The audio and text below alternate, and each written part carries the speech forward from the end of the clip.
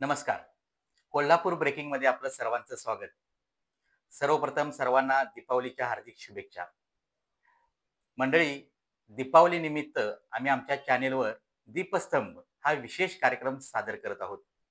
या कार्यक्रमाच्या अंतर्गत समाजामध्ये विविध क्षेत्रामध्ये उल्लेखनीय कार्य करणाऱ्या व्यक्तींचा आपण मुलाखती घेणार आहोत. कोल्हापुरातील असंच एक व्यक्तिमत्व आहे, जे उद्योग क्षेत्र, व्यापार क्षेत्र, शैक्षणिक क्षेत्र, सामाजिक क्षेत्र अशा अनेक क्षेत्रामध्ये उल्लेखनीय अशी कामगिरी केलेली आहे आणि आता त्यांच्याकडं जैन अल्पसंख्याक विकास महामंडळाचं अध्यक्षपद देखील आहे.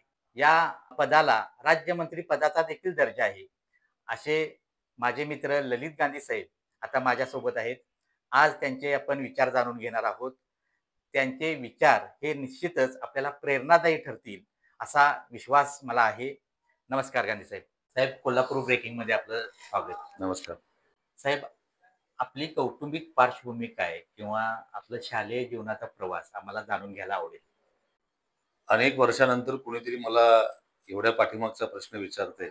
एका सामान्य निम्न मध्यम वर्गीय म्हणता येईल अशा कुटुंबात माझा जन्म झाला. वडील वेगवेगळ्या प्रकारचे व्यवसाय, आमचा परंपरागत व्यवसाय हा कपड्याचा होता आणि आम्हाला शाळेत घालताना कोल्हापुरात आमच्या समाजाची सर्व मुलं साधारणतः प्रायव्हेट हायस्कूल किंवा विद्यापीठ हायस्कूलमध्ये जायची. मला मात्र वडिलांनी जाणीवपूर्वक विकास विद्या मंदिरमध्ये घातलं, ज्या शाळेमध्ये 90% पेक्षा जास्त विद्यार्थी हे ग्रामीण भागातले होते, शेतकरी कुटुंबातले होते, सर्वसामान्य समाजातील होते, 18 पगड जातीतले होते. शाळा जरी साधी होती, मोडक्या तोडक्या इमारतीत भरायची आणि श्रमदान केलं शाळेची इमारत बांधायला. परंतु त्या ठिकाणी जे शिक्षक होते त्यात शोधूनही सापडणार नाहीत इतक्या चांगल्या पद्धतीचं शिक्षण त्यांनी आम्हाला दिलं. आणि एका गरीब अशा बहुसंख्य नसलेल्या विद्यार्थ्यांची ती शाळा, मात्र उच्च दर्जाचे असलेले शिक्षक, त्यामुळे आम्हाला अतिशय चांगल्या प्रकारचं शिक्षण त्या शाळेमध्ये मिळालं आणि त्या शाळेनं रचलेल्या पायामुळं जीवनातल्या सर्व क्षेत्रामध्ये आम्हाला यश संपादन करायला फार मोठी मदत झाली. साहेब, आता तुम्ही सर्वच क्षेत्रात आता अग्रेसर आहात. तर या प्रवासामध्ये तुम्हाला कोणापासून प्रेरणा मिळाली किंवा कोणाचं मार्गदर्शन मिळालं? असं तर हा आता तुम्ही माझी ही मुलाखत घेताय 2025 मध्ये. मला जवळपास सार्वजनिक क्षेत्रात काम करायला सुरू करून 40 वर्ष 40 झाली. वर्ष झाले.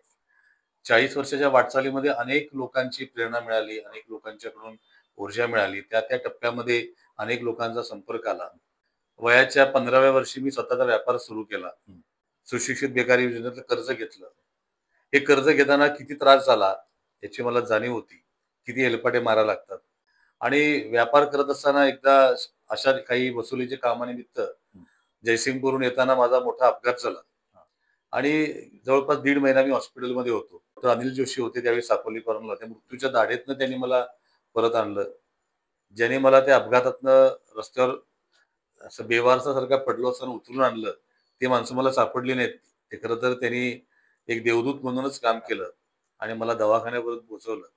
आणि त्या महिन्याभराच्या दवाखान्याच्या वास्तव्यात रोज कोणतरी मित्र भेटायला यायचे. मग प्रत्येक जणाच्या काहीतरी अडचणी असायच्या, की माझं हे काम आहे, टेंडर भरायचे, पैसे मिळत नाहीत, भांडवल नसतं. मग अशातून एक मिळालं, की आपण अशी एखादी व्यवस्था निर्माण करावी, की तरुण मुलांना स्वतःच्या व्यापारासाठी, स्वतःच्या उद्योगासाठी काहीतरी भांडवल आपल्याला देता यावं. म्हणून आम्ही सहकारी पतसंस्था काढायला निर्णय घेतला आणि वयाच्या 19व्या वर्षी मी सहकारी पतसंस्थेचा संस्थापक चेअरमन झालो आणि त्यावेळी देशातला सर्वात तरुण चेअरमन व्हायचा मान मला मिळाला. त्या महावीर पतसंस्थेच्या माध्यमातून माझ्या पहिल्या 5 वर्षाच्या चेअरमन पदाच्या कारकिर्दीमध्ये अनेकांना व्यापारासाठी मदत करायची संधी मला मिळाली. जवळपास 1700-1800 मग अगदी भाजी विक्रेत्या महिला त्या सावकारीपासून त्रस्त व्हायच्या. सावकार त्यांना लुटून घ्यायचे. त्या महिलांना मी 3-3 हजार रुपयाचं कर्ज दिलं.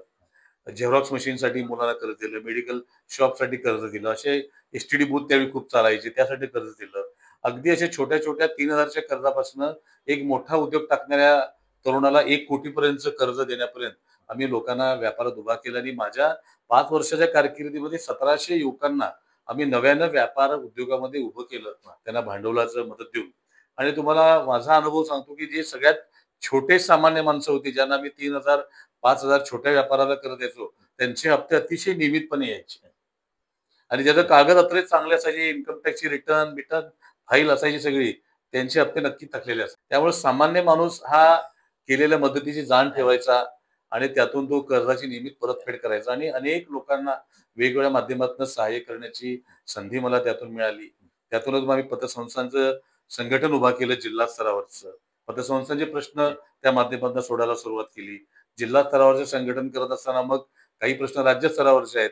ते सोडवताना मर्यादा यायच्या. मग राज्य फेडरेशनमध्ये आम्ही काम करायला सुरुवात केली. राज्य स्तरावरची, जिल्हा स्तरावरची अनेक अधिवेशनं घेतली आणि अशा माध्यमातून सहकारामध्ये आणि खूप चांगल्या पद्धतीचं काम करता आलं. काही बरे वाईट अनुभव सुद्धा आले. अगदी कमी वयामध्ये एक कामाचा फार मोठा झंझावात केला. मग लोकांना वाटलं की जिल्ह्याचं फेडरेशन केलं. पहिल्या बैठकीला 1200 चेअरमन आले, की आता कुठेतरी हा जिल्हा बँकेला जायचं प्लॅनिंग असेल. नंतर कोणाला वाटलं की विधानसभेला जायचं प्लॅनिंग असेल. मग जी लोक त्या क्षेत्रातले इच्छुक होते त्यांना वाटलं की कोणतरी आपल्यासाठी स्पर्धक येतो. मग ह्याने पाय कुठेतरी कापले पाहिजेत. मला एका खोट्या केसमध्ये अडकवायचा प्रयत्न झाला. अटक झाली. त्या सगळ्यांना सुटलो निर्दोषपणे. परंतु कुठेतरी कमी वयामध्ये फार पुढे गेल्यानंतर अशा प्रकारचे अनुभव सुद्धा येऊ शकतात. आपला अनुभव फारशी मॅच्युरिटी नसते, त्यामुळं अशा प्रकारच्या प्रसंगाला सामोरं जाताना कुठेतरी आपली त्रिधा त्रिपीट होते. परंतु या सगळ्या संकटातनं ज्यांच्यासाठी मी काही केलं त्यांच्या आशीर्वादामुळं मी अगदी तावून सुलाखून बाहेर पडलो. ज्या क्षेत्रामध्ये मला लोकांनी बदनाम करायचा प्रयत्न केला त्या क्षेत्रातलं सर्वोच्च पद, या राज्याच्या पतसंस्था फेडरेशनचं अध्यक्षपद मला 7 वर्ष भूषवायची संधी मिळाली आणि त्यामध्ये 40 वर्षाच्या इतिहासात न घडलेली कामं मी त्या कारकिर्दीत केली. मग आदर्श उपविधी तयार करायचा असेल किंवा अशा अनेक गोष्टी. मी ज्यावेळी अध्यक्ष झालो त्यावेळी रत्नाकर गायकवाड हे सहकार आयुक्त होते. देशातल्या निवडक सर्वोत्कृष्ट अधिकाऱ्यांच्या मध्ये त्यांची गणना होते. नंतर ते राज्याचे मुख्य सचिव झाले, पंतप्रधानांचे सचिव होते. मग अशा नॉन करप्ट धाडसी अशा अधिकाऱ्याबरोबर काम करण्याचा एक वेगळा अनुभव मला मिळाला आणि माझ्या कामावर ते इतके खुश असायचे की माझा कागद गेला की त्यांची सही हे समीकरण होतं. प्रचंड त्यांनी विश्वास दिला आणि ताकद दिली. त्यामुळे मला खूप काही त्या क्षेत्रात करता आलं आणि एक वेगळं समाधान असतं. आणि राज्यातल्या पतसंस्थांचं एक मोठं अधिवेशन आम्ही बालेवाडी क्रीडा संकुलामध्ये भरवलं. तरी 26,000 पतसंस्थांचे चेअरमन त्या ठिकाणी आले होते. त्यावेळेचे मुख्यमंत्री विलासराव देशमुख, राज्यातले वेगवेगळे 10 मंत्री, वेगवेगळ्या 6 राज्यांचे सहकार मंत्री, 22 राज्यांचे आयुक्त आणि पतसंस्था चळवळीला एक दिशा देणारं असं ते अधिवेशन ठरलं. आणि एक दूरगामी परिणाम करणार पतसंस्थांच्या ठेवीच्या संरक्षणाची संकल्पना मांडणारं, जी संकल्पना जो आम्ही कन्सेप्ट मांडला डिपॉझिट गॅरंटी कॉर्पोरेशन म्हणून, काही कारणानं तो कार्यान्वित झाला नाही.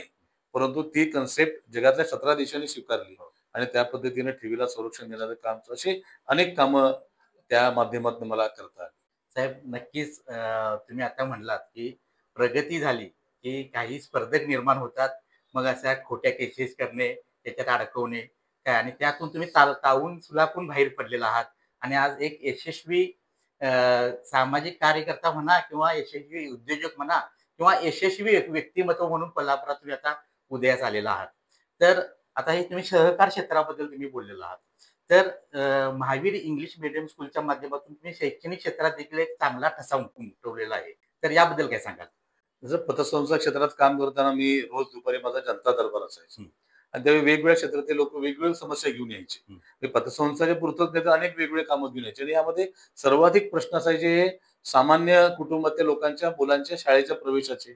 त्यांना कॉन्व्हेंट शाळेत जायला खूप डोनेशन मागायचं किंवा शाळा दूर पडायची, मुलांना पाठवायला परवडायचं नाही आणि सुर्वेनगर, कळंबा, साळोखे नगर त्या उपनगरी भागामध्ये 5-7 किलोमीटरमध्ये एकही इंग्रजी शाळा नव्हती आणि मग त्या ठिकाणच्या मुलांना इंग्रजी शिक्षण मिळू नये का? आणि असे अनेक पालक समस्या घेऊन यायचे. त्यामुळे आम्ही 1991 साली म्हणजे वयाच्या 24-25व्या वर्षी हे महावीर एज्युकेशन सोसायटीची स्थापना केली. त्या माध्यमातून आम्ही महावीर इंग्लिश स्कूल काढलं. त्यानंतर ब्लॉसम प्ले स्कूल अशा 4 वेगवेगळ्या शाळा कोल्हापुरात शाळा नसलेल्या भागात सुरू केल्या. हे व्यवसाय म्हणून नाही तर एक सामाजिक बांधिलकी म्हणून शिक्षण क्षेत्रात आम्ही काम सुरू केलं आणि सामान्य कुटुंबातील मुलांना दर्जेदार शिक्षण मिळावं, किमान खर्चामध्ये ते मिळावं आणि त्यांच्या जवळपास मिळावं अशा उद्देशानं आम्ही शाळा नसलेल्या भागामध्ये शाळा सुरू केल्या आणि आज कोल्हापुरातल्या टॉप 10 स्कूलमध्ये या शाळेचा समावेश होतो. हे मला नक्कीच सांगताना आनंद होतो. आणि हे नुसतं शहरापुरतं मर्यादित न ठेवता ग्रामीण भागातल्या विद्यार्थ्यांसाठी किर्ली, ज्योतिबाच्या पायथ्याशी किर्लीमध्ये ज्या ठिकाणी 99 साली माझ्या शाळेचे वर्ग शिक्षक त्या गावचे सरपंच झाले. ते म्हटले तुम्ही एवढं सगळं काम करतो सगळ्या वेगवेगळ्या लोकांसाठी, तर माझ्या गावात मुलांचं हायस्कूल नाहीये. हे मलाही आश्चर्य वाटलं की 99 साली कोल्हापूर सारख्या शहराच्या जवळ असलेलं ते एक एक छोटं गाव, त्या ठिकाणी हायस्कूल नसावं आणि म्हणून मुलं शिक्षणापासून वंचित राहतात. पण त्या ठिकाणी आम्ही पुढारीकार पद्मश्री गौगो जाधवांच्या नावाने एक हायस्कूल सुरू केलं. मग ते नंतर रिव्हर्स इंटिग्रेशन करत 1ली पासून 10वी पर्यंतची शाळा त्या ठिकाणी सुरू आहे आणि 700 मुलांना अतिशय सामान्य कुटुंबातील पण अत्यंत असं म्हणतो आपल्याला गुणवत्तापूर्ण अशी मुलं ग्रामीण भागात आहेत. वेगवेगळ्या प्रकारचं कौशल्य असलेली मुलं आहेत. त्यांना अशी 700 मुलांना दरवर्षी आपण त्या ठिकाणी संपूर्ण मोफत शिक्षण देतो. मग त्यांची वह्या, पुस्तकं, गणवेश हे सगळं आपल्यामार्फत दिलं जातं आणि एकूणच या महावीर एज्युकेशन सोसायटीच्या माध्यमातून आज सुरू असलेल्या वेगवेगळ्या ठिकाणच्या 6 शाळांमध्ये अगदी मराठी शाळेपासून इंटरनॅशनल स्कूलपर्यंत 7,000 विद्यार्थी शिक्षण घेत आहेत आणि अनेक विद्यार्थी वेगळ्या उच्च पदावर गेले. अमेरिकेपर्यंत वेगवेगळ्या कंपन्यांमध्ये इंजिनियर झाले. सरकारी अधिकारी म्हणून अनेक विद्यार्थी कामाला लागले, डॉक्टर्स झाले आणि असे विद्यार्थी ज्यावेळी भेटतात, ते खऱ्या अर्थानं आपल्याला एक समाधान मिळतं आपण केलेल्या कामाचं. साहेब, राजारामपुरी व्यापारी association, Kolhapur chambers of commerce आणि महाराष्ट्र चेंबर्स ऑफ कॉमर्स याचं तुम्ही नेतृत्व केलेलं आहे किंवा इथं तुम्ही काम पाहिलेलं आहे. एवढंच नव्हे तर 8 कोटी व्यापाऱ्यांची एक संघटना आहे राष्ट्रीय स्तरावर. त्याचं तुम्ही उपाध्यक्षपद भूषवलेलं आहे. परत फिक्की या संस्थेचे तुम्ही संचालक म्हणून काम पाहिलेलं आहे. या प्रवासाबद्दल काय सांगाल? मला जसं मी सांगितलं, की मी पतसंस्था काढली, तर त्याच्या अडचणी आल्या, मी संघटन उभा केलं. असं प्रत्येक क्षेत्रामध्ये आपण एकट्यापुरतं न पाहता एक संघटित शक्ती उभा केली, तर त्या विषयातले प्रश्न सुटू शकतात. म्हणून ज्यावेळी मी राजारामपुरीमध्ये माझं शोरूम सुरू केलं, त्यावेळी यावेळच्या या परिसरातल्या व्यापाऱ्यांचे प्रश्न, वेगवेगळ्या प्रकारच्या अडचणी समोर यायला लागल्या. त्यावेळी मी राजारामपुरी मर्चंट असोसिएशन म्हणून इथल्या व्यापाऱ्यांची संस्था स्थापन केली आणि ज्या व्यापाऱ्यांना अडचणी यायच्या, गुंडगिरी, दादागिरी, वर्गणीच्या नावाखालचा त्रास, अशा अनेक प्रश्न आपण यशस्वीपणे हाताळले. आणि मग व्यापाऱ्यांना एकत्रित करून त्यांचा विकास कसा करायचा, या परिसरातला व्यापार कसा वाढवायचा, यासाठी ज्या योजना राबवल्या, ज्या कोल्हापूरचं नाव ज्यांनी जगभर गौरवान्वित केलं, ते राजर्षी छत्रपती शाहू महाराजांचे सुपुत्र छत्रपती राजाराम महाराज त्यांनी स्थापन केलेली राजारामपुरी.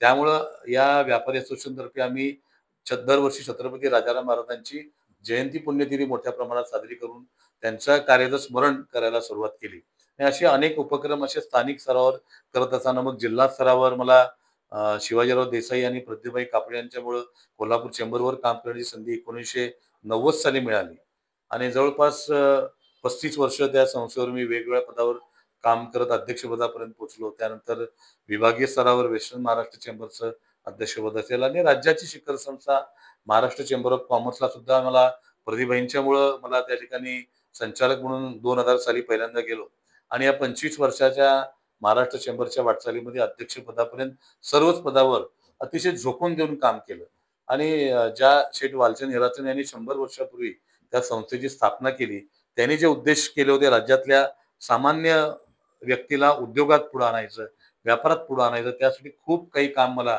या महाराष्ट्र चेंबरच्या माध्यमातून करता आलं. मग ते स्थानिक स्तरावर असेल, राज्य स्तरावर असेल, राष्ट्रीय आंतरराष्ट्रीय स्तरापर्यंत मला करून व्यापार उद्योगामध्ये नवीन मुलांना प्रोत्साहन देणं, नवीन उद्योगांना व्यापार गुंतवणुकीसाठी आणणं, बाहेरच्या गुंतवणुकी मोठ्या प्रमाणात आणणं, उद्योगांच्या समस्या सोडवणं, सरकारच्या वेगवेगळ्या धोरणामध्ये सहभाग घेणं, वेगवेगळ्या प्रकारच्या पॉलिसीमध्ये सहभाग घेणं, असे अनेक प्रकारचं एक आपण म्हणतो 360 डिग्री काम करायची संधी मला या वेगवेगळ्या स्तरावरच्या काम करताना मिळाली आणि या स्थानिक पासून राज्य स्तरापर्यंत काम करत असताना हे केलेल्या कामाचा दखल तर सगळीकडे घेतली जाते. मग ते राज्य सरकार असेल, केंद्र सरकार असेल किंवा राष्ट्रीय स्तरावरच्या संस्था असतील. त्यामुळे confederation of all India traders ही राज्य देशातल्या 8 कोटी व्यापाऱ्यांची शिखर संस्था आहे. त्या संस्थेवर गेली 20 वर्ष मी वेगवेगळ्या पदावर काम केलं. आता वरिष्ठ राष्ट्रीय उपाध्यक्ष म्हणून माझ्यावर जबाबदारी आहे. त्या माध्यमातून देशभरातल्या व्यापाऱ्यांचे वेगवेगळे प्रश्न आपण सरकारकडे मांडायचे असतील किंवा त्यांना वेगवेगळ्या योजना देणं, नवीन लोकांना व्यापारात आणणं, ह्या गोष्टी सातत्याने करतो. फिक्की ही देशातल्या सर्व व्यापार उद्योग क्षेत्राची राष्ट्रीय स्तरावरची शिखर संस्था आहे. 100 वर्षाचा फार मोठा इतिहास आहे आणि सरकारच्या धोरणामध्ये फिक्कीचा सहभाग फार मोठा आहे आणि जवळपास दरवर्षी पंतप्रधानांच्या पासून सर्वच खात्यांचे मंत्री फिक्कीमध्ये बैठकाला येत असतात. त्यामुळं जे देशभरातले प्रश्न आहेत हे सरकारच्या धोरणाशी संबंधित आहेत. ते आम्हाला फिक्कीच्या व्यासपीठावरनं अतिशय प्रभावीपणे मांडता येतात आणि आम्ही मांडलेल्या प्रश्नापैकी बहुतांश प्रश्न हे योग्य पद्धतीने मार्गी लागतात, असा माझा अनुभव आहे. त्यामुळे ह्या अशा स्थानिक स्तरापासून राष्ट्रीय, आंतरराष्ट्रीय स्तरापर्यंतच्या संस्थांवर काम करून व्यापार उद्योगाला खूप मोठी असं बळ देण्याचं काम आपल्याला या माध्यमातून करता आलं. बऱ्याच गोष्टी लोकांच्या लक्षात येत नाहीत, की हा निर्णय कुणी करून घेतला. परंतु आपण या संघटनांच्या माध्यमातून केलेलं असतं. प्रत्येक गोष्ट काही आपण सांगायला जात नाही. परंतु ते प्रत्यक्ष अप्रत्यक्ष त्याचा फायदा त्या वेगळ्या क्षेत्रातला होत असतो. जीएसटी सारखे नवीन कर प्रणाली आली. अनेक अडचणी व्यापाऱ्यांना आल्या. रिफंड मिळत नव्हते. त्याही प्रश्न आम्ही सरकारकडे मांडले. दुरुस्त्या करून घेतल्या. जीएसटी मध्ये मी या वेगवेगळ्या संस्थांच्या माध्यमातून मांडलेल्या जवळपास 28 दुरुस्त्या त्या सरकारनं त्या कायद्यामध्ये समाविष्ट केल्या. जे प्रश्न आम्ही मांडले त्यातल्या.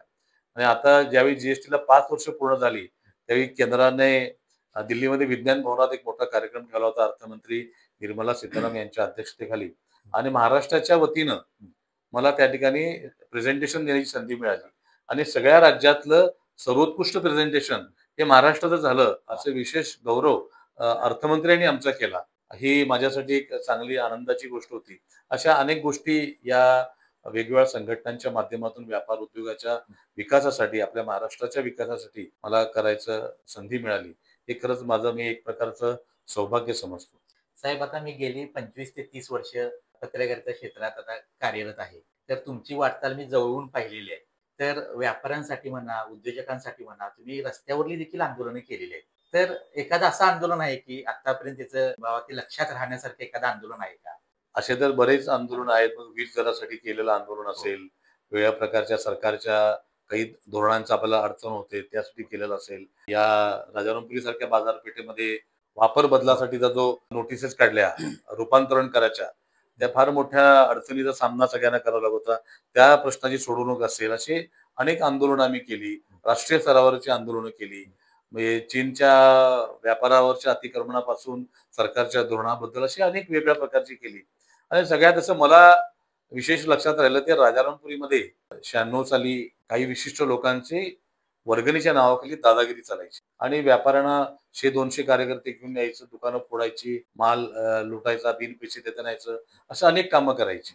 मग आम्ही एक ज्यावेळी पोलीस तक्रार केली, मग पोलीस तक्रार केली ज्यांनी उघडपणे त्यांची नावं सांगितलं, त्यांनी धमकी दिली की आम्ही या व्यापाऱ्यांना आता मारू, फोडू आणि त्यांनी धमकी दिल्याप्रमाणे 2 व्यापाऱ्यांची दुकानं फोडली. त्यावेळी आम्ही रविवार असताना गणपतीनंतर जो मोर्चा काढला, या ठिकाणी जवळपास 1300 दुकानं आहेत. तर ते 1200 दुकानदार त्या मोर्चामध्ये सहभागी झाले होते आणि तो एक अभूतपूर्व एक ऐतिहासिक असं काम राजारामपुरीच्या बाबतीत झालं आणि ते गुंडगिरी मोडून करण्यासाठी जे त्या प्रयत्नात एक मोठं आंदोलन झालं आणि त्याला थोडे दिवस यश मिळायचं, पुन्हा काहीतरी व्हायचं. मग एक दिवस त्यावेळेचे मुख्यमंत्री मनोहर जोशी कोल्हापुरात दौऱ्याला येणार होते. आम्ही त्यांची गाडी अडवायचं ठरवलं. मग पोलिसांनी आम्हाला, प्रशासनाने खूप विनंती केली, आम्ही तुमची वेगळी भेट घालून देऊ, सर्किट हाऊसमध्ये भेट घालून देऊ, राजारामपुरीमध्ये रत्नापन्नांच्या घरी येणार होते तिकडे भेट घालून देऊ. आम्ही म्हटलं नाही, आम्ही त्यांना रस्त्यावरच भेटणार, गाडी अडवणार. मग त्यावेळेच्या जिल्हा पोलीस प्रमुखांनी त्यांचा रूट बदलायचा प्रयत्न केला. म्हणजे मुख्यमंत्र्यांना कळालं की व्यापारी आंदोलन करतायत, तर ते म्हटले मी रूट बदलायचा नाही, त्या रूटनच मी जाईन. आणि मुख्यमंत्री थांबले, त्यांची गाडी अडवली आणि त्यावेळी मुख्यमंत्र्यांनी भर रस्त्यात सगळ्या माध्यमांच्या समोर ज्या पद्धतीनं पोलीस प्रमुखांना ज्या भाषेत सूचना दिल्या, अशी भाषा वापरताना मनोहर जोशींना मी पहिल्यांदा पाहिलं होतं. आणि त्यानंतरची ती गुंडगिरी कायमची बंद झाली. त्या गुंडांना मोक्यापर्यंत शिक्षा देण्यामध्ये आम्ही त्याचा पाठलाग केला आणि त्यांना शिक्षा दिली. असं एक मोठं आणि ज्यामध्ये मला खलास करण्याची धमकी दिली गेली. त्यांची बॅकग्राऊंड तशी होती, पोलीस त्यांना घाबरायचे. अशांना टक्कर देऊन आम्ही ते आंदोलन यशस्वी केलं आणि आज ही राजारामपुरी कोल्हापुरातली नव्हे तर या 5-7 जिल्ह्यातली सर्वात मोठी, सर्वात चांगल्या पद्धतीनं विकसित अशी बाजारपेठ आपण गेला तरी आपल्याला लक्षात येतं. त्या पाठीमागे हा फार मोठा संघर्ष आहे आणि त्या संघर्षातून या बाजारपेठेचा विकास झालेला आहे. साहेब, तुमचं जैन समाजासाठी मोठं योगदान आहे. गेले 12 वर्ष तुम्ही राष्ट्रीय अध्यक्ष म्हणून जैन समाजाचं नेतृत्व करत आहात. याचीच एक पोचपावती म्हणून युती सरकारनं तुम्हाला जैन अल्पसंख्याक आर्थिक विकास महामंडळाचं अध्यक्षपदही दिलेलं आहे. त्या पदाला राज्यमंत्री पदाचा दर्जा आहे. तर याबद्दल काय सांगाल? खरं तर जैन समाज हा एक श्रीमंत समाज म्हणून ओळखला जातो. या समाजाची ओळख सर्वाधिक दान देणारा समाज आहे, सर्वाधिक कर भरणारा समाज, व्यापार उद्योगात अग्रेसर असणारा समाज आणि ते खरंही आहे. परंतु या समाजामध्ये सुद्धा अनेक लोक असे आहेत ज्यांना कुठल्या ना कुठल्या प्रकारच्या सहाय्याची गरज आहे. आणि ज्यावेळी राष्ट्रीय स्तरावर आम्हाला अल्पसंख्याक दर्जा मिळण्याचा लढा 2014 साली यशस्वी झाला आणि आम्हाला ते दर्जा मिळाला, त्यावेळी आम्ही राष्ट्रीय स्तरावरच एक संघटन उभा केलं आणि पूर्ण देशाचा आम्ही दौरा केला. त्यावेळी लक्षात आलं की या समाजामध्ये 30% लोक असे आहेत ज्यांना 2 वेळच्या खाण्याची भ्रांत आहे. हे आमच्यासाठी सुद्धा एक शॉकिंग फिगर होती की आम्ही सगळ्या समाजासाठी काम करतो, परंतु याच समाजामध्ये सुद्धा असा एवढा मोठा वर्ग आहे ज्यांना शिक्षणासाठी मुलांची फी भरायला पैसे नाहीत, घरात धान्यासाठी पैसे नाहीत. मग अशा सगळ्या मुलांसाठी, अशा कुटुंबांसाठी काम करायचं आम्ही ठरवलं आणि देशातल्या सर्व समाजामध्ये ज्यांना गरज आहे अशी सगळ्यात शेवटच्या स्तरातील मुलांना, त्यांच्या कुटुंबांना मदत करण्यासाठी सरकारच्या अनेक योजना आहेत. त्याची माहिती मी त्यांच्यापर्यंत पोहोचवली आणि विशेषतः शिक्षणावर जास्त भर देण्याच्या उद्देशाने आम्ही जवळपास देशभरातल्या जैन समाजातल्या गरीब विद्यार्थ्यांना 700 कोटी रुपये शिक्षणासाठीची स्कॉलरशिप मिळवून देण्यात आम्हाला यश मिळालं. आणि असे अनेक कामं या माध्यमातून करून देशभर आम्ही एक चांगलं मजबूत संघटन उभा केलं आणि समाजाला सक्षम करण्याबरोबरच अन्य समाजातल्या सगळ्या ज्या गरजा असतात त्यासाठी सामाजिक उपक्रम राबवणं, अशी अनेक कामं या जैन समाजाची जी हजारो वर्षांची परंपरा आहे त्या माध्यमातून आम्ही करत आलो. आणि ज्यावेळी महाराष्ट्रामध्ये खरं तर या सगळ्या समाजाचं एकत्रित अल्पसंख्याकांची अनेक व्यवस्था आहे. तर जैन समाजाच्या वाट्याला काही मिळत नव्हतं कारण एक सर्वसाधारण समज आहे की या समाजाला काही गरजच नाही. मग ती खरोखर वस्तुस्थिती तशी नाहीये. श्रीमंत भरपूर आहेत, कर देणारे भरपूर आहेत, सर्वाधिक श्रीमंत सुद्धा या समाजात आहेत, परंतु गरीब पण आहेत. मग ते दुर्लक्षित राहिले. अनेक धार्मिक अधिकारांचे प्रश्न होते किंवा आमचे साधू संत पायी विहार करतात त्यांच्या सुरक्षा व्यवस्थेचा प्रश्न होता. मग अशासाठी एक जैन समाजासाठीची एक स्वतंत्र व्यवस्था निर्माण व्हावी अशी एक संकल्पना मी तयार केली या 10-12 वर्षाच्या अनुभवातून आणि मी ती त्यावेळच्या मुख्यमंत्र्यांच्या समोर मांडली. जवळपास 2-2.5 तासाच्या बैठकीमध्ये मी त्यांना ही सगळी संकल्पना समजावून सांगितली आणि मग राज्य सरकारनं पहिल्यांदा जैन समाजासाठीचं स्वतंत्र असं महामंडळ निर्माण केलं आणि देशातलं महाराष्ट्र हे पहिलं राज्य ठरलं अशा प्रकारचं एक महामंडळ निर्माण करणारं. आणि या महामंडळाच्या माध्यमातून धार्मिक अधिकारांची सुरक्षा असेल, धार्मिक तीर्थक्षेत्रांचा विकास असेल, साधू संतांच्या पायी विहाराची व्यवस्था असेल, विद्यार्थ्यांना कौशल्य प्रशिक्षण असेल किंवा समाजातल्या विधवा महिलांना काही सहाय्य करायचं असेल किंवा ज्यांना स्वतःचं घरच नाहीये त्यांना बिनव्याजी घरासाठी कर्ज द्यायचं असेल, युवकांना व्यापार उद्योगासाठी कर्ज किंवा त्याचं अण्णासाहेब पाटील महामंडळाच्या धर्तीवर ह्या महामंडळाची रचना केली आणि जवळपास दरवर्षी 200 कोटी रुपयाची तरतूद सरकारनं यामध्ये केली. तर 1 वर्ष याला पूर्ण झालंय. म्हणजे आरंभीच्या नवीन महामंडळाच्या ज्या सर्व तांत्रिक प्रक्रिया असतात त्या आता पूर्ण झाल्यात आणि या डिसेंबर पासून याचं प्रत्यक्ष निधी वाटप आणि कामकाज सुद्धा सुरू होणार आहे. ते नक्कीच या जैन समाजासाठी, महाराष्ट्रातल्या जैन समाजासाठी, विद्यार्थ्यांसाठी असेल, युवकांच्यासाठी असेल, महिलांच्यासाठी असेल आणि आमच्या सर्व एकूण व्यवस्थेला सक्षम करण्यासाठी या महामंडळाचा अतिशय चांगला उपयोग होणार आहे. आणि सरकारनं अतिशय चांगलं अधिकार असलेलं असं हे महामंडळ निर्माण केलेलं आहे. म्हणून या सरकारलाही मला यासाठी विशेष धन्यवाद सुद्धा द्यायचे. साहेब, बऱ्याच जणांना माहीत असेल किंवा नसेलही, कॅन्सरग्रस्तांसाठी तुमचं बहुमोल असं कार्य आहे.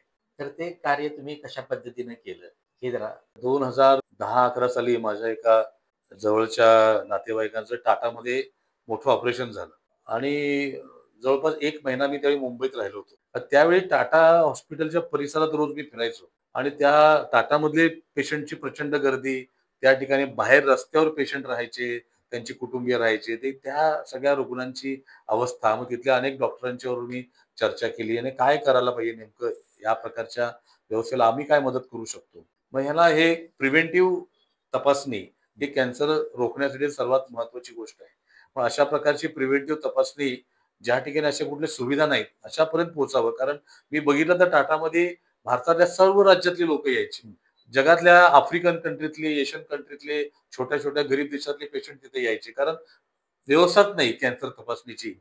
मग आम्ही असं एक मोबाईल हॉस्पिटल बनवण्याचं तयार केलं, ठरवलं आणि एक बसमध्ये कॅन्सर हॉस्पिटलचं डिझाइन केलं. जवळपास 1.5 कोटी रुपये खर्चून आम्ही ते कॅन्सरची बस उभारली आणि 2013च्या अखेरीला ज्यावेळी देवेंद्र फडणवीस साहेब पहिल्यांदा मुख्यमंत्री झाले, त्यावेळी त्यांचे मुख्यमंत्री झाल्यानंतरचा पहिला कार्यक्रम त्या कॅन्सर व्हॅनच्या ओपनिंगचा त्यांनी घेतला आणि त्या व्हॅनच्या माध्यमातून पूर्ण देशभरामध्ये आम्ही कॅन्सर तपासणीची शिबिरं घेतली आणि आतापर्यंत जवळपास गेल्या 12 वर्ष झाली, आता 12-13 वर्ष 2.5 लाखापेक्षा अधिक लोकांची आम्ही तपासणी केली. यामध्ये 80% महिला होत्या. त्या सर्व अत्याधुनिक मशीन त्या बसमध्ये आहेत. डिजिटल मॅमोग्राफी आहे, डिजिटल CR आहे, एक्स-रे मशीन आहे, पॅप स्मिअरचं टेस्ट करायचे प्रोव्हिजन आहे, पॅथॉलॉजिकल टेस्ट आहेत. अशा सगळ्या गोष्टींचा त्या समावेश त्या बसमध्ये केला होता. एक पूर्ण फुल फ्लेज असं हॉस्पिटल होतं. आपण ते प्रिव्हेंटिव्ह चेकअपसाठीचं. आणि जगातली जी कॅन्सरवर काम करणारी शिखर संस्था आहे, UICC, union of international cancer control, त्याच्याशी आम्ही संलग्नता घेतल्यामुळे यातल्या सगळ्या नवीन गोष्टी, नवीन तंत्रज्ञान हे सगळं आम्हाला ताबडतोब मिळायचं, त्याची माहिती मिळायची. आणि त्या माध्यमातून आम्हाला या लोकांच्यापर्यंत ह्या माध्यमातून आम्ही पोहोचलो. मी अगदी ओडिशा, बिहार अशा राज्यामध्ये कित्येक किलोमीटरमध्ये एकही दवाखाना नसायचा. हॉस्पिटल खूप दूर आहे. दवाखानाही नसायचा. त्या ठिकाणी कॅन्सरची तपासणी तर सोयच नाही. तर अशा ठिकाणी आम्ही बायोप्सीची व्यवस्था सुद्धा ठेवली होती. बायोप्सीचं मशीनही त्या बसमध्ये ठेवलं होतं आणि जवळपास आम्ही आतापर्यंत ज्या तपासण्या केल्या 2900 लोकं डिटेक्ट झाली, ज्यांना first stage to fourth stage पर्यंतचे कॅन्सर होते. तर अगदी 4थ्या स्टेजच्या कॅन्सरला आम्हाला फार काही मदत करता आली नाही. पहिल्या, दुसऱ्या स्टेजपर्यंतच्या कॅन्सरच्या रुग्णांना मग त्यांना ट्रीटमेंट, त्यांना लागणारा औषधोपचार, त्यांना लागणारी माहिती देऊन जवळपास अशा 2900 हून अधिक लोकांचा जीव वाचवता आला. आणि 2.5 लाख लोकांच्या तपासण्या केल्या, तेवढं कॅन्सर नाहीच नसला तरी कोणाला डायबिटीज होता, कोणाला बीपीचा त्रास होता किंवा अन्य ते आजार यातून डिटेक्ट झाले, कोणाला फुफ्फुसाचे आजार होते. असे बाकीचे अनेक लोकांना आपल्याला वाचवता आलं. आणि खऱ्या अर्थानं एक मोठं वेगळं काम केल्याचं समाधान या माध्यमातून मिळालं. आजही ती बस देशाच्या वेगवेगळ्या भागामध्ये फिरत असते आणि ही पूर्ण सेवा संपूर्णपणे मोफत दिली जाते. मग तो पेशंट किंवा येणारी व्यक्ती तो श्रीमंत आहे का गरीब आहे, आम्ही काहीही बघत नाही. जे येईल त्या प्रत्येकाची तपासणी केली जाते आणि कोणताही चार्ज घेतल्याशिवाय आम्ही तपासणी करतो. साहेब, तुम्ही आता वेगवेगळ्या क्षेत्रात, वेगवेगळ्या पातळीवर तुम्ही काम करत आहात. तर तुमची एक यशस्वी उद्योजक म्हणून कोल्हापूरला ओळख देखील आहे. तर उद्योग क्षेत्रासाठी कोल्हापूरमध्ये काय नाविन्यपूर्ण झालं पाहिजे किंवा उद्योग क्षेत्राबद्दल कोल्हापूरच्या तुमचं काय मत आहे? कोल्हापूर हे खरं तर उद्यमशीलतेची परंपरा असलेलं शहर आहे. महात्मा मेस्त्री असतील, त्यावेळचे जे सगळे प्रमुख लोक होते, ज्यांनी शिक्षण नसतानाही अत्याधुनिक पद्धतीनं या सगळ्या गोष्टी, वेगवेगळं तंत्रज्ञान विकसित केलं, जे आजही जगभर त्याचं नाव घेतलं जातं.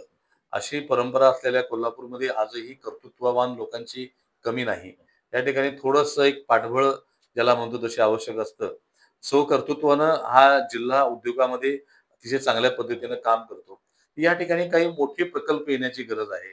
सरकारच्या काही योजनातून मोठे प्रकल्प जे येतात, पब्लिक सेक्टर अंडरटेकिंगचे असे काही प्रकल्प जर या ठिकाणी आले, तर आपल्याला जी ऑटोमोबाईलमध्ये फाउंड्री, टेक्सटाईल या 2-3 क्षेत्रामध्ये जे आपलं वैशिष्ट्य आहे, त्या अशा अँसिलरी इंडस्ट्रीला आपल्याला बळ मिळेल. आणि अगदी डिफेन्सला लागणारे इक्विपमेंट सुद्धा कोल्हापुरात बनतायत. अशा पद्धतीचे त्याला पूरक असे उपक्रम या ठिकाणी आले पाहिजेत आणि तसा आपला प्रयत्न सुरू आहे आणि मला नक्की खात्री आहे येणाऱ्या काळामध्ये आपल्याला असा एखादा प्रोजेक्ट या ठिकाणी आणता येईल आणि त्या माध्यमातून या जिल्ह्याच्या औद्योगिक विकासाला सुद्धा चालना मिळाली आहे. कोल्हापूर बरोबरच आजूबाजूचे सांगली, सातारा हा पुण्यापर्यंतचा पूर्ण पट्टा, या ठिकाणी आपल्याला काही मोठा 3-4 जिल्ह्यांचा विकास करता येईल. अशा पद्धतीचे उपक्रम सुद्धा राबवता येतील. आयटी क्षेत्रामध्ये सुद्धा आपण अनेक वर्ष प्रयत्न करतोय, तर ते आता शेवटच्या टप्प्यात आहे आयटी पार्क. ते झालं तर त्याला आपल्याला या चांगली चालना आपल्याला त्या क्षेत्रात सुद्धा मिळणार आहे. साहेब, आता पश्चिम महाराष्ट्रात कोल्हापूर शहर हे एक प्रमुख शहर मानलं जातं. तर या कोल्हापूर शहराचा सर्वांगीण विकास व्हावा, त्यासाठी नेमक्या कोणत्या गोष्टी झाल्या पाहिजेत असं तुम्हाला वाटतं? कसं एक सर्वांगीण विकास होताना अनेक गोष्टी आहेत. त्यामुळे व्यापार उद्योग हा एक घटक आहे. आपलं मूळ आहे शेतीवर. या ठिकाणच्या शेतकऱ्यांची मुलं ही शेतीमध्ये काम करायला तयार नाहीत. तर त्यांना शेतीमध्ये कसं जोडता येईल? त्यांना शेतीचं उत्पन्न कसं वाढवता येईल याचं मार्गदर्शन देण्याची गरज आहे. आम्ही ते काही प्रयोग केले, त्याला अतिशय चांगला प्रतिसादही मिळाला. अगदी बांधावर तुम्ही एक्झॉटिक भाजी लावली, तर मोठ्या हॉटेल्सला लागणारी किंवा एक्सपोर्टला लागणारी, तरी वर्षाकाठी 3-4 लाखाचं अतिरिक्त उत्पन्न एका एकरातनं मिळू शकतं.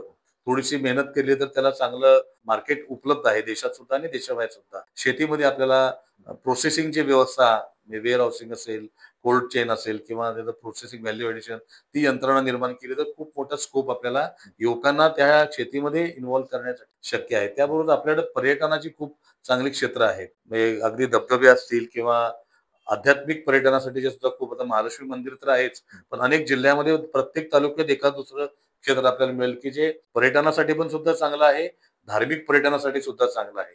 अशा क्षेत्रांचा विकास करून त्याचं मार्केटिंग करायला पाहिजे. आम्ही कुठेतरी ब्रँडिंगला कमी पडतो. ते ब्रँडिंग चांगल्या पद्धतीने केलं गेलं पाहिजे. अशा तीर्थक्षेत्र आहेत, पण त्या ठिकाणी सुविधा नाहीत.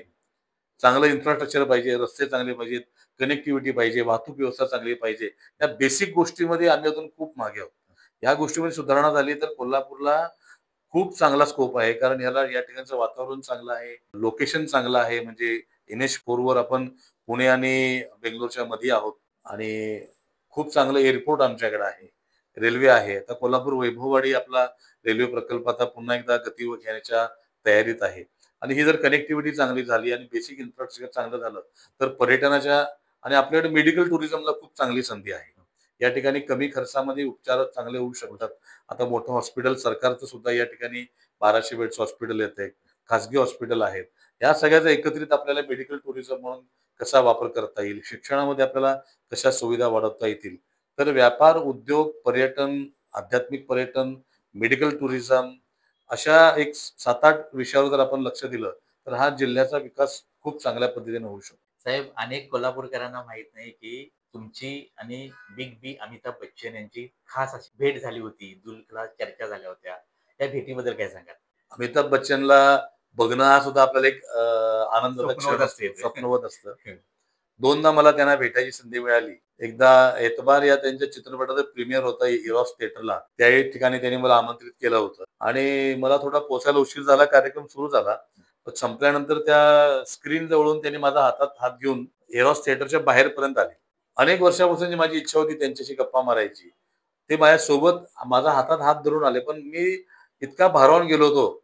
मी इतका बडबडणारा माणूस, भाषणं ठोकणारा माणूस, एकही शब्द त्यांच्याशी बोलूच शकलो नाही. निःशब्द. निःशब्द. मी इतका प्रचंड प्रभाव म्हणतो आपल्या डोक्यावर त्यांचा झाला आणि मग मी काही बोलत नाही म्हटल्यानंतर तेही गाडीत बसले, बाय केलं आणि निघून गेले. मग पुन्हा म्हटलं मला तुमच्याशी चर्चा करायची. मग त्यांनी त्यांच्या बंगल्यावर मला बोलवलं मुंबईला आणि अर्धा तास आपण भेटू असं सांगितलं. पण जवळपास सव्वा तास ते बोलत होते माझ्याशी. अनेक वेगवेगळ्या विषयावर चर्चा केली आणि 2च व्यक्तींच्या अनेक आध्यात्मिक लोकांना मी भेटतो तो एक वेगळा विषय आहे.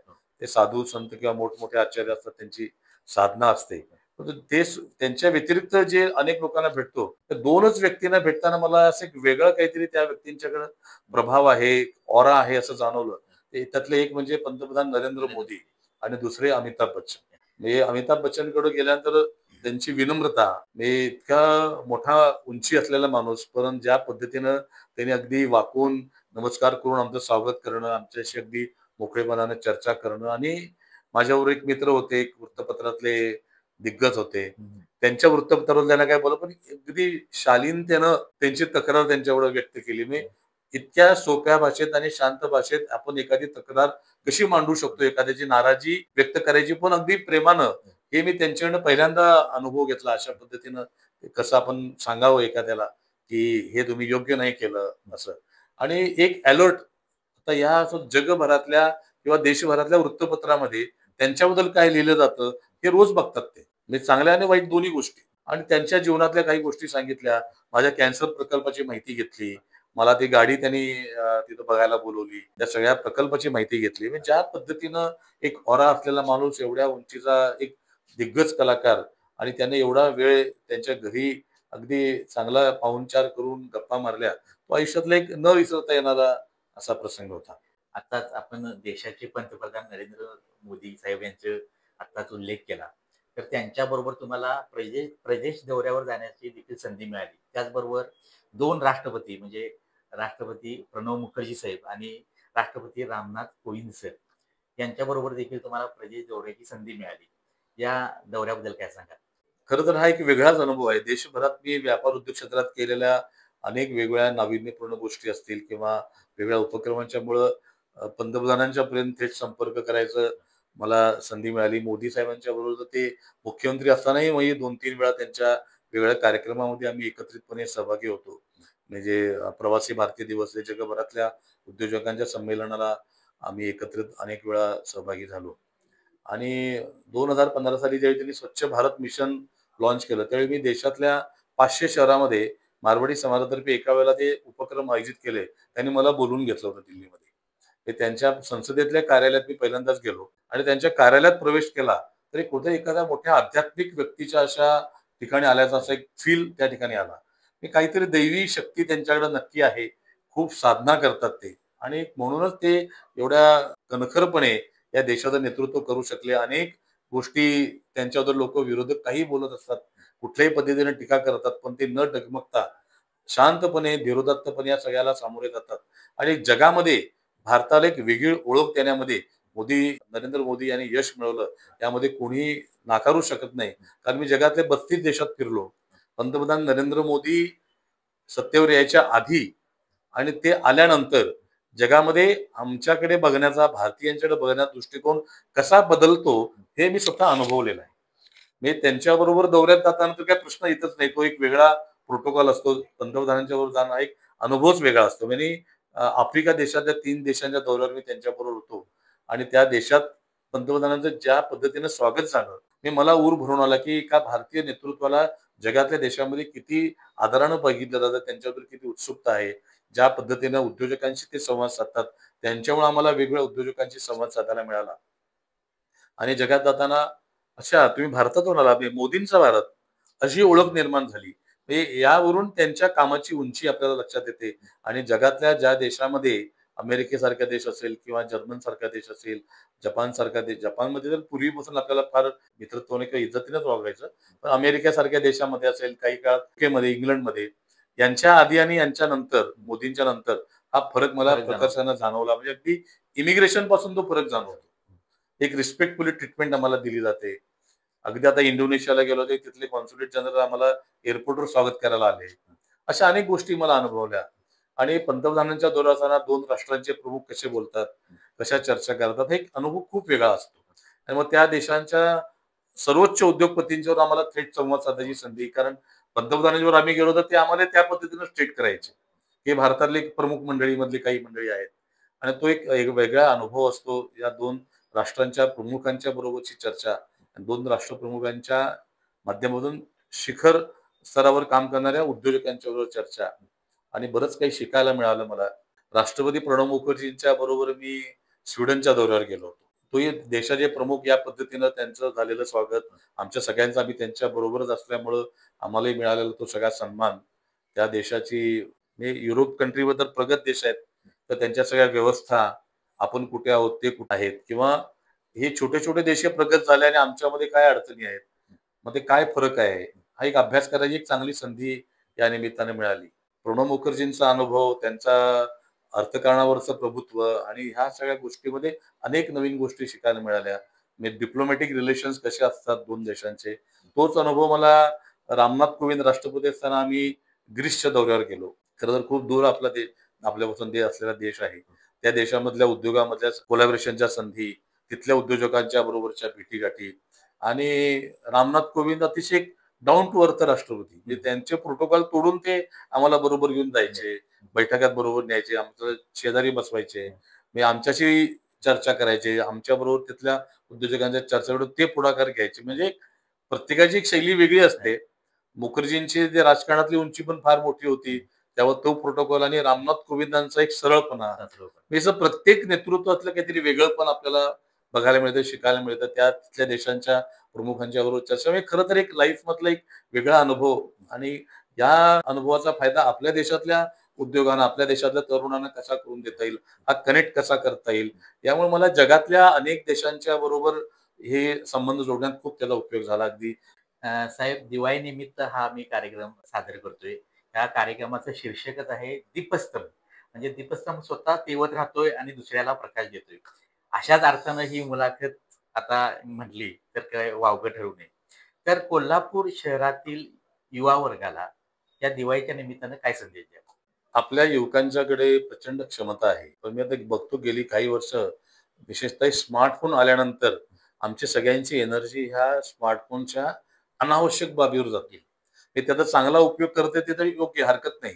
पण 80% वापर हा नॉन प्रोडक्टिव्ह म्हणजे निरुपयोगी कामासाठी रील बघत राहिला, रील करत राहिला आणि सोशल मीडियावर मला किती फॉलोअर आले, किती लाईक आले ह्याच्यावरच लाईफचं सगळं गणित जाणं, ही येणारी पिढी कुठेतरी आपली अडचणीत येईल काय अशी भीती भीती. मला वाटते. त्यामुळे आपण याचा एक मर्यादित पॉझिटिव्ह अँगलसाठी वापर करावा आणि याचा व्यापार उद्योगामध्ये किंवा आमची एक मानसिकता की मला एक बँकेत किंवा सरकारी नोकरी मिळाली पाहिजे किंवा असं एक सुरक्षित वातावरणात नोकरी मिळाली पाहिजे. या मानसिकतेतनं बाहेर येऊन स्वतःचा एखादा व्यापार उद्योग करणं युवकांनी पुढे गेलं पाहिजे. आणि आता केंद्र सरकारच्या, राज्य सरकारच्या खूप योजना आहेत. म्हणजे पूर्वी पैसे मिळायचे नाहीत.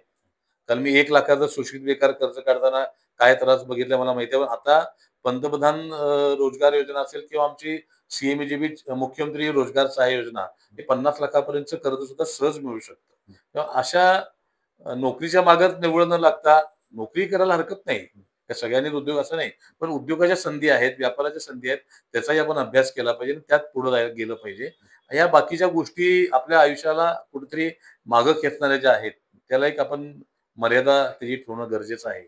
आणि आपण कुठेतरी क्रिएटिव्ह काम यातनं केलं पाहिजे आणि आपण यशस्वी झालो तर अजून 4 लोकांना हँड होल्डिंग करून त्यांना कसं आपल्याला पुढे आणता येईल याचा सुद्धा आपण नक्की प्रयत्न केला पाहिजे. आणि आपण सुद्धा ज्या समाजात राहतो त्या समाजाला काहीतरी परत दिलं पाहिजे. या भावनेतून प्रत्येकानं काम केलं पाहिजे हाच मला या दिवाळीच्या निमित्तानं संदेश आहे. आणि मी मारवाडी समाजाचा राष्ट्रीय अध्यक्ष असताना एक आम्ही संकल्पना राबवली होती, आनंद सबके लिए. जसं सणावाराचा आनंद ठराविक लोकच का उपभोग करतात, तो प्रत्येकाला मिळाला पाहिजे. तर आपल्याकडे जी अतिरिक्त आहे किंवा समाजामध्ये ज्याच्याकडे काहीच नाही, त्याला आपण काहीतरी दिलं पाहिजे. आणि मला आनंद वाटतो खूप, की 2011 साली मी जी मांडलेली संकल्पना गेली 14 वर्ष पूर्ण देशभर अनेक ठिकाणी तो उपक्रम आजही राबवला जातो. आनंद सबके लिए या नावानं. आणि समाजातल्या प्रत्येक व्यक्तीच्या जीवनामध्ये आनंद उपभोगताना आनंद घेता आला पाहिजे. या सणासुदीचा आनंद फक्त आपणच घेऊ नये. दिवाळीचा हा प्रकाश प्रत्येकाच्या जीवनात आला पाहिजे. यासाठी आपण सुद्धा काहीतरी योगदान दिलं पाहिजे प्रत्येकानं. म्हणजे पैशातच दिलं पाहिजे असं काही नाही. आपण वेळ देऊ शकतो, चांगल्या कामामध्ये सहभाग देऊ शकतो, स्वयंसेवक म्हणून काम करू शकतो. अशा अनेक गोष्टी आहेत. आपल्याला काम करायच्या अनेक संधी या माध्यमातून आहेत. तर मला या निमित्तानं आपल्या चॅनललाही मला शुभेच्छा आहेत.